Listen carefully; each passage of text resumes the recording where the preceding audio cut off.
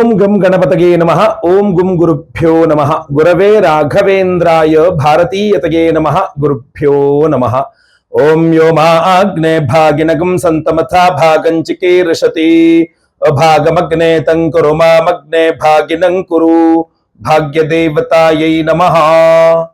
ಮೇಷರಾಶಿಯ ವೀಕ್ಷಕರೆಲ್ಲರಿಗೂ ಸಹ ವಿಠಲ್ ಭಟ್ ಮಾಡುವಂತಹ ನಮಸ್ಕಾರ ಹಾಗೂ ಜೂನ್ ತಿಂಗಳ ಮಾಸ ಭವಿಷ್ಯದಲ್ಲಿ ಶುಭ ವಿಚಾರಗಳ ಒಂದು ವಿಡಿಯೋಗೆ ಆತ್ಮೀಯವಾದಂತಹ ಸ್ವಾಗತ. ವೀಕ್ಷಕರೇ, ಮೊದಲನೇ ಸಲ ಚಾನಲ್ ಬಂದಿರೋ ಅಥವಾ ಹಲವಾರು ಬಾರಿ ಬಂದಿರೋ ಬಟ್ ಇನ್ನು ಸಬ್ಸ್ಕ್ರೈಬ್ ಮಾಡ್ಕೊಂಡಿಲ್ಲ ಅಂದ್ರೆ ದಯವಿಟ್ಟು ಕೆಳಗಡೆ ಸಬ್ಸ್ಕ್ರೈಬ್ ಅಂತ ಬಟನ್ ಹತ್ತ ಸಬ್ಸ್ಕ್ರೈಬ್ ಮಾಡ್ಕೊಂಡು ಬೆಲ್ ಬಟನ್ ಹೊತ್ಕೊಂಡು ಆಲ್ ಅಂತ ಮಾಡ್ಲಿಕ್ಕೆ ದಯವಿಟ್ಟು ಮರಿಬೇಡಿ. ಫೇಸ್ಬುಕ್ ಅಲ್ಲಿ ನಮ್ಮ ವಿಡಿಯೋ ನೋಡ್ತಾ ಇದ್ದೀರಾ, ನಮ್ಮ ಪೇಜ್ ಅನ್ನ ಇನ್ನು ಫಾಲೋ ಮಾಡ್ಕೊಂಡಿಲ್ಲ ಅಂದ್ರೆ ನಮ್ಮ ಪೇಜ್ ಅನ್ನ ದಯವಿಟ್ಟು ಫಾಲೋ ಮಾಡ್ಲಿಕ್ಕೆ ಮರಿಬೇಡಿ. ಇದೇ ರೀತಿ ಈ ವಿಡಿಯೋ ಪ್ರತಿಯೊಬ್ಬ ಮೇಷರಾಶಿಯವರಿಗೂ ರೀಚ್ ಆಗಬೇಕು. ಸೊ ದಯವಿಟ್ಟು ವಾಟ್ಸ್ಆಪ್, ಫೇಸ್ಬುಕ್, ಮೆಸೆಂಜರ್, ಟೆಲಿಗ್ರಾಮ್ ಹೀಗೆ ಎಲ್ಲ ಕಡೆ ಸಾಮಾಜಿಕ ಜಾಲತಾಣಗಳಲ್ಲಿ ಈ ವಿಡಿಯೋನ ಶೇರ್ ಮಾಡ್ಲಿಕ್ಕೆ ದಯವಿಟ್ಟು ಮರಿಬೇಡಿ.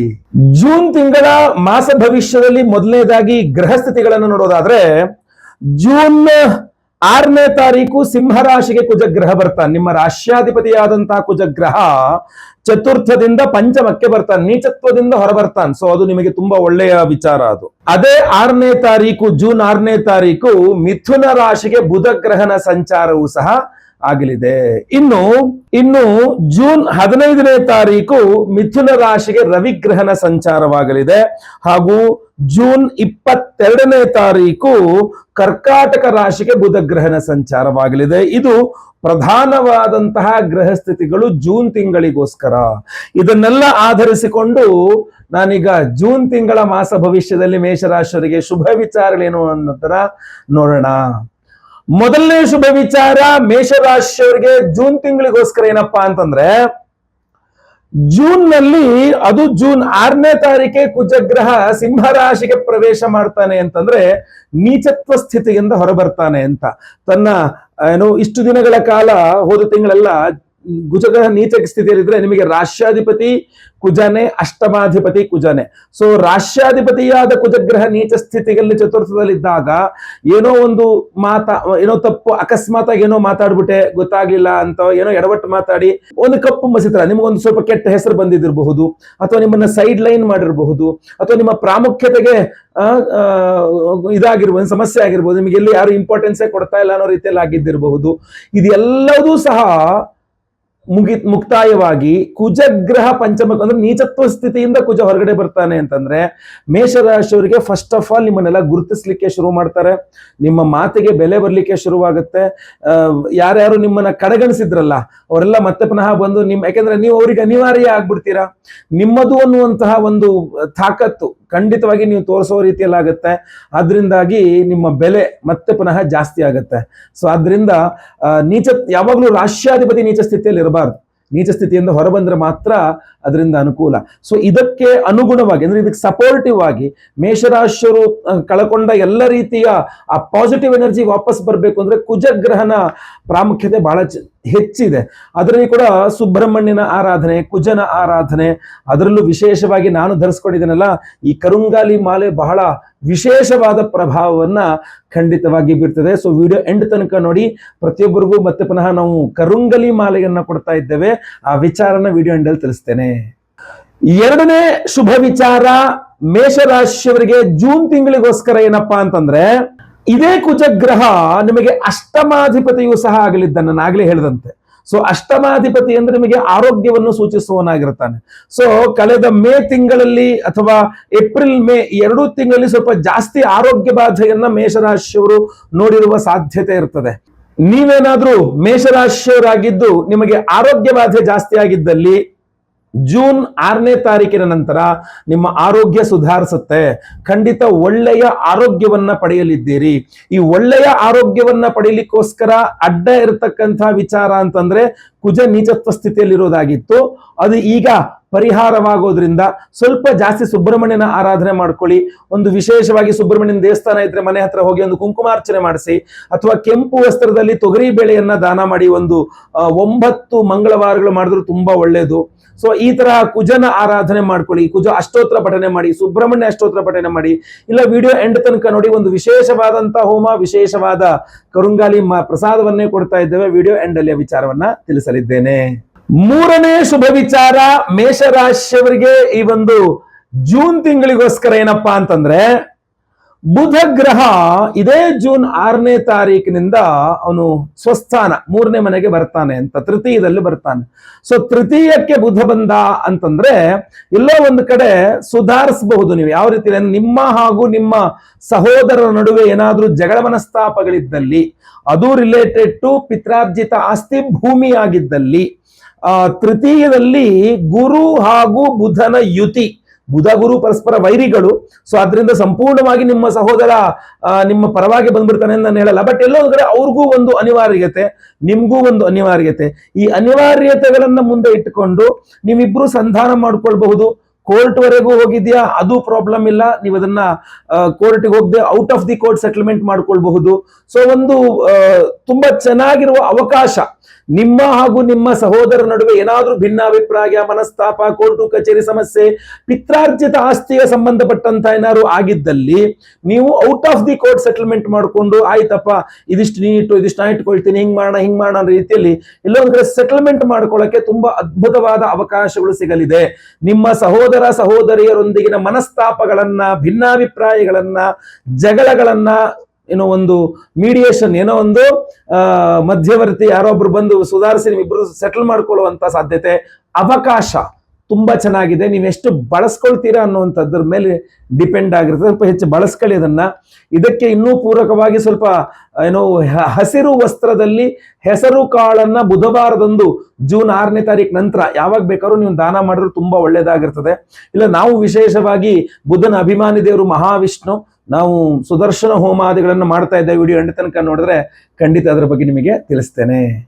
4ನೇ ಶುಭ ವಿಚಾರ ಮೇಷರಾಶಿಯವರಿಗೆ ಈ ಒಂದು ಜೂನ್ ತಿಂಗಳಿಗೋಸ್ಕರ ಏನಪ್ಪಾ ಅಂತಂದ್ರೆ, ಶುಕ್ರ ಗ್ರಹ ನಿಮ್ಮ ರಾಶಿಯಲ್ಲೇ ಇರಲಿದ್ದಾನೆ. ಶುಕ್ರ ನಿಮ್ಮ ರಾಶಿಯಲ್ಲಿದ್ರೆ ಧನಾಧಿಪತಿ, ಸಪ್ತಮಾಧಿಪತಿ, ಕುಟುಂಬಾಧಿಪತಿಯಾಗಿ ಶುಕ್ರ ನಿಮ್ಮ ರಾಶಿಯಲ್ಲಿರ್ತಾನೆ ಅಂತಂದ್ರೆ ಇದರಲ್ಲಿ ಬಹಳ ಪ್ರಮುಖವಾಗಿ ಆರ್ಥಿಕ ವಿಚಾರವಾಗಿ ಸ್ವಲ್ಪ ನಿಮ್ಮ ಗುಣ ಸ್ವಭಾವಗಳಲ್ಲೂ ಬದಲಾವಣೆ ಬರುತ್ತೆ. ಅದರಲ್ಲಿ ಕೆಲವಿಷ್ಟು ನೆಗೆಟಿವ್ ಇದೆ, ಕೆಲವಿಷ್ಟು ಪಾಸಿಟಿವ್ ಇದೆ. ನೆಗೆಟಿವ್ ನ ಎಚ್ಚರಿಕೆ ವಿಡಿಯೋದಲ್ಲಿ ತಿಳಿಸ್ತೇನೆ, ಪಾಸಿಟಿವ್ ನ ಈ ವಿಡಿಯೋದಲ್ಲಿ ನಿಮಗೆ ತಿಳಿಸ್ತಾ ಇದ್ದೇನೆ. ಸೊ ಏನಪ್ಪಾ ಅಂದ್ರೆ, ಧನಾಧಿಪತಿಯಾಗಿ ಶುಕ್ರ ನಿಮ್ಮ ರಾಶಿಯಲ್ಲಿರ್ತಾನೆ ಅಂತಂದಾಗ ಸ್ವಲ್ಪ ದುಡ್ಡಿನ ವಿಚಾರವಾಗಿ ಸ್ವಲ್ಪ ಅನುಕೂಲತೆಗಳಾಗುವ ಸಾಧ್ಯತೆ ಇದೆ. ಸೊ ಅನಿರೀಕ್ಷಿತವಾಗಿ ಧನ ಪ್ರಾಪ್ತಿ ಆಗ್ತಕ್ಕಂಥದ್ದು, ಬರೋದೇ ಇಲ್ಲ ದುಡ್ಡು ಅನ್ಕೊಂಡೆ ಸರ್ ಬಂದ್ಬಿಡ್ತದೇನೋ, ಅದು ಹಿಂಗೆ ಅಂತ ಗೊತ್ತಿಲ್ಲ ಅಂತ ದುಡ್ಡು ಬಂದ್ಬಿಡ್ತು ಅನ್ಕೊಂಡಿರ್ತದ್ದು. ನೀವು ಇದ್ರ ಜೊತೆಗೆ ಪಾರ್ಟ್ನರ್ಶಿಪ್ ಅಲ್ಲಿ ಯಾರು ಬಿಸ್ನೆಸ್ ಮಾಡ್ತಾ ಇದ್ರೆ ಅಂದ್ರೆ ಸ್ವಲ್ಪ ಲಾಭವಾಗುವ ಸಾಧ್ಯತೆ ಇದೆ. ಇನ್ನು ಗುರುಬಲ ಮುಗಿದೋಯ್ತು, ಮದುವೆಗೆ ಯಾವುದು ಅವಕಾಶಗಳೇ ಇಲ್ಲ ಅಂತ ಪರಿತಪಿಸ್ತಾ ಇರ್ತಕ್ಕಂಥ, ಚಿಂತೆ ಮಾಡ್ತಾ ಇರ್ತಕ್ಕಂಥವ್ರಿಗೆ ಇಲ್ಲ. ಶುಕ್ರ ನಿಮ್ಮ ರಾಶಿಯಲ್ಲೇ ಇದ್ದು 7ನೇ ಮನೆಗೆ ಶುಕ್ರ ದೃಷ್ಟಿ ಸಪ್ತಮಕ್ಕಿರೋದ್ರಿಂದಾಗಿ ಖಂಡಿತವಾಗಿ ನೀವು ಏನು ಗುರುಬಲ ಇಲ್ಲದೆ ಹೋದ್ರು ಶುಕ್ರ ಬಲದಿಂದಾಗಿ ಅವಿವಾಹಿತ ಮೇಷರಾಶಿಯವರಿಗೆ ಇನ್ನೊಂದು ಜೂನ್ ತಿಂಗಳು ಸಹ ಏನೋ ವಿವಾಹಕ್ಕೆ ಮಾಡುವ ಪ್ರಯತ್ನಗಳು ಯಶಸ್ವಿಯಾಗುವಂತ ಸಾಧ್ಯತೆ. ಯಾಕಂದ್ರೆ ಜ್ಯೇಷ್ಠ ಮಾಸ, ಇನ್ನು ಆಷಾಢ ಇಲ್ಲ, ಜ್ಯೇಷ್ಠ ಮಾಸ. ಸೊ ಆದ್ರಿಂದ ಇದು ಒಂಚೂರು ನಿಮಗೆ ಅನುಕೂಲವಾಗುವ ಸಾಧ್ಯತೆ ಇದೆ. ಯಾಕಂದ್ರೆ ಜೂನ್ 26ನೇ ತಾರೀಕಿಂದ ಆಷಾಢ ಶುರುವಾಗುತ್ತೆ. ಸೊ ಜೂನ್ 25ರ ತನಕ ನಿಮ್ಗೆ ಅವಕಾಶಗಳು ಅದೇ ರೀತಿಯಲ್ಲಿ ಚೆನ್ನಾಗಿದೆ. ಸೊ ವಿವಾಹಕ್ಕೆ ಪ್ರಯತ್ನ ಮಾಡಿದ ಕೂಡ ಶುಕ್ರ ಸ್ವಲ್ಪ ಹೆಲ್ಪ್ ಮಾಡ್ತಾನೆ. ಪಾರ್ಟ್ನರ್ಶಿಪ್ ಬಿಸ್ನೆಸ್ ಅಲ್ಲಿ ಹೆಲ್ಪ್ ಮಾಡ್ತಾನೆ. ಒಂದ್ ಸ್ವಲ್ಪ ಪಾರ್ಟ್ನರ್ಶಿಪ್ ಬಿಸ್ನೆಸ್ ಲಾಭ ಸಿಗೋ ತರ ಮಾಡ್ತಾನೆ. ಅದ್ರ ಜೊತೆಗೆ ಇನ್ನು ನಿಮ್ಮಲ್ಲಿ ಕೂಡ ಒಂದ್ ಸ್ವಲ್ಪ ಇರುವುದನ್ನು ಅನುಭವಿಸುವ ಯೋಗವನ್ನು ಸಹ ಕೊಡ್ತಾನೆ.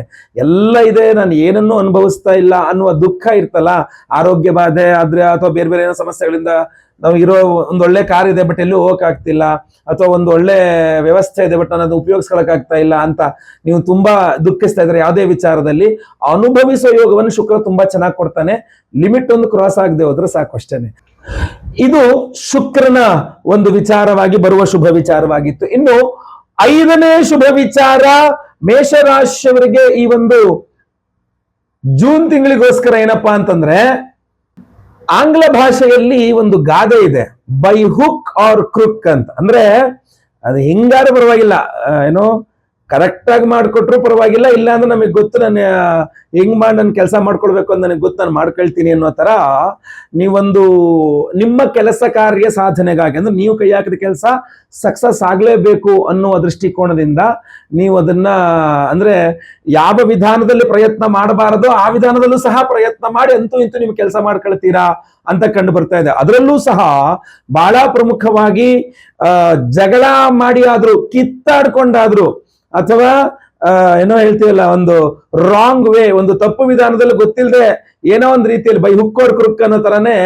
ಅಂಡ್ ಇನ್ನೊಂದು ಗಾದೆ ಹೇಳ್ತಾರಲ್ಲ, everything is fair in love and war ಅಂತಾರೆ. ಆ ತರ ನಮ್ ಕೆಲಸ ಆಗ್ಬೇಕು ಅಂತಂದ್ರೆ ನಾವು ಹೆಂಗಾರು ನಾವು ರೆಡಿ, ಎಲ್ಲದಕ್ಕೂ ರೆಡಿ ಅನ್ನೋ ತರದ ಮನಸ್ಥಿತಿ ಇತ್ಯಾದಿಗಳು ಮಾಡ್ತೀರಾ. ಬಟ್ ಏನಂದ್ರೆ at the end of the day, ಇದು ನಾನು ಶುಭ ವಿಚಾರದಲ್ಲಿ ಹೇಳ್ಬೋದೋ ಇಲ್ಲೋ ಗೊತ್ತಿಲ್ಲ, ಬಟ್ ಆದ್ರೂ ಸ್ವಲ್ಪ ಹಠಕ್ಕೆ ಬಿದ್ದು ನಿಮ್ಮ ಕೆಲಸ ಕಾರ್ಯಗಳನ್ನ ಮಾಡ್ಕೊಳ್ತೀರಿ ಅಂತ ಕಂಡು ಬರ್ತಾ ಇದೆ. ಹಠಕ್ಕೆ ಬಿದ್ದು ಯಾವುದೇ ಕಾರಣಕ್ಕೂ ನಾನು ಮಾತ್ರ ಬಿಡಲ್ಲ. ಆಮೇಲೆ ಬುದ್ಧಿವಂತಿಕೆ ಚೆನ್ನಾಗಿ ಬಳಸ್ತೀರಾ.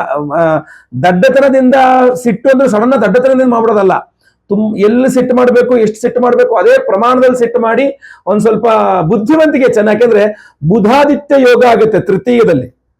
ಯಾಕಂದ್ರೆ ರವಿಗ್ರಹ ನಿಮಗೆ 15ನೇ ತಾರೀಕು ನಂತರ ಮಿಥುನಕ್ಕೆ ಹೋದ ಅಂತಂದ್ರೆ ಬುಧ ಪ್ಲಸ್ ರವಿ ಯುತಿ ಆಗುತ್ತೆ, ಅಲ್ಲಿ ಗುರು ಯುತಿನೂ ಆಗುತ್ತೆ.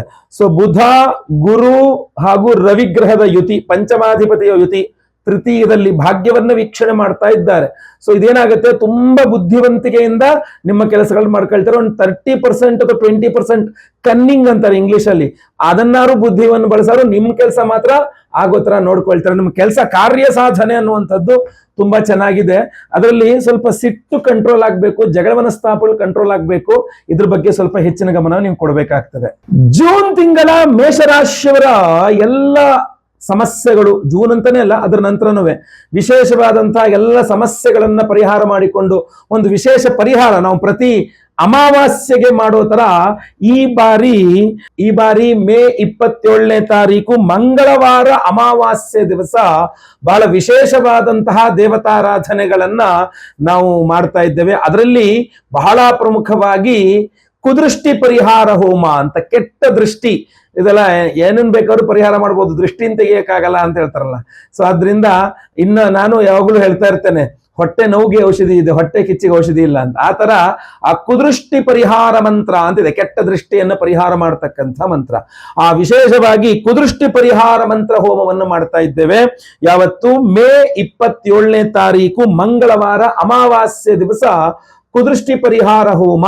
ಅದ್ರ ಜೊತೆಯಲ್ಲಿ ಷಡ್ದ್ರವ್ಯ ಮಹಾಸುದರ್ಶನ ಹೋಮ ಅಂತ ಮಾಡ್ತಾ ಇದ್ದೇವೆ. ಅಂದ್ರೆ ಅದರಲ್ಲಿ ಎಲ್ಲ ರೀತಿಯ ಬಾಧೆಗಳು, ಮಾಟ ಮಂತ್ರ ಇರಬಹುದು, ದೃಷ್ಟಿ ದೋಷ ಇರಬಹುದು, ಆರೋಗ್ಯ ಬಾಧೆ ಇರಬಹುದು, ಆರ್ಥಿಕ ಬಾಧೆ ಇರಬಹುದು, ನಿಮ್ಮ ಬೇರೆ ಬೇರೆ ಅಂದ್ರೆ ಹಲವಾರು ಸಮಸ್ಯೆಗಳಿಗೆ ಒಂದು ಪರಿಹಾರ ಅನ್ನೋ ತರ ಷಡ್ದ್ರವ್ಯ ಮಹಾಸುದರ್ಶನ ಹೋಮವನ್ನ ಮಾಡ್ತಾ ಇದ್ದೇವೆ.